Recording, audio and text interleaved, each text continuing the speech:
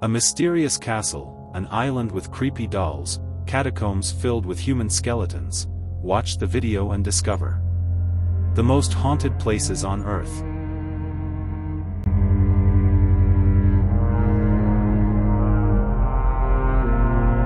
Hello folks.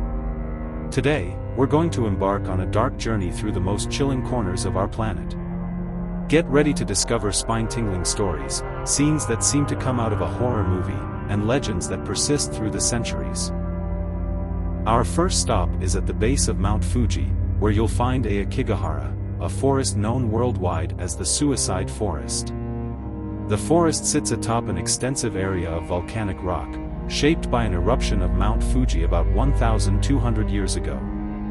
This rocky soil and densely clustered trees create an almost total silence, which amplifies the sense of isolation, contributing to it being the site of hundreds of suicides. It is said that the spirits of those who lost their lives wander among the trees, adding to an aura of mystery and despair. Legends about Aokigahara often include accounts of yurei, spirits from Japanese tradition who are said to be trapped on Earth by a tragic death or unfinished business. Many believe that these wandering spirits contribute to the supernatural atmosphere of the forest and attract more people to choose this location to end their lives. Despite its dark reputation, Aokigahara is also a place of natural beauty, with stunning views of Mount Fuji and a biodiversity that includes several species of unique plants and animals. In recent years, efforts have been made to change the perception of the forest, highlighting its natural and historical qualities rather than its association with death. Next, we will delve into the depths of Paris, where an underground labyrinth known as the Catacombs or Les Carrières de Paris hides the remains of over 6 million people. The Catacombs of Paris are an underground ossuary that began to take its current form in the late 18th century. The decision to transfer the mortal remains to this underground space was made due to the unhealthy conditions of the Parisian cemeteries at the time, particularly the Cemetery of the Innocents, which after centuries of continuous use, began to pose a threat to public health. In addition to being a resting place for millions, the catacombs also served as a refuge during various wars, a site of resistance during the Nazi occupation, and more recently, a meeting point for the so-called cataphiles, people who explore this labyrinth out of passion or curiosity.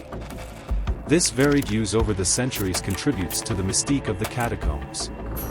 At the entrance is a famous warning that says, "Arrête. Say ici l'Empire de la Mort, stop." Here is the Empire of Death, preparing visitors for the solemn experience that awaits them. The journey through the narrow and low corridors is a visceral experience, illuminated only by dim lights that accentuate the silent majesty of the place. We couldn't talk about spooky places without mentioning Bran Castle in Romania, often associated with the legend of Dracula. This 14th century castle stands imposingly in the Carpathian Mountains, shrouded in fog and mysteries.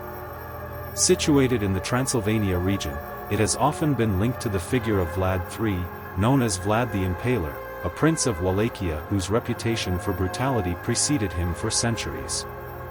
Vlad was a member of the Order of the Dragon, which fought to protect Christianity in Eastern Europe, and earned the nickname Dracula, meaning son of the dragon or son of the devil in Romanian.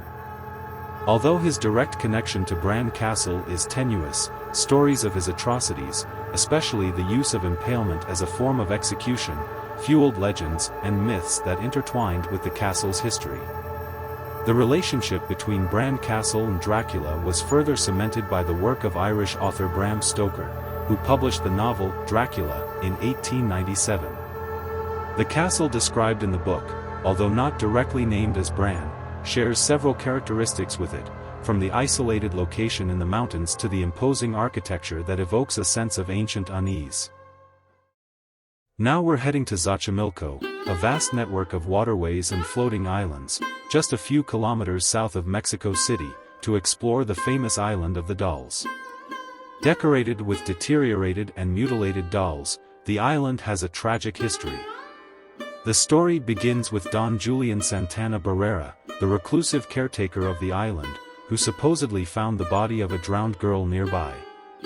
Shortly after, he he spotted a doll floating in the canals, which he interpreted as a sign of the girl's spirit.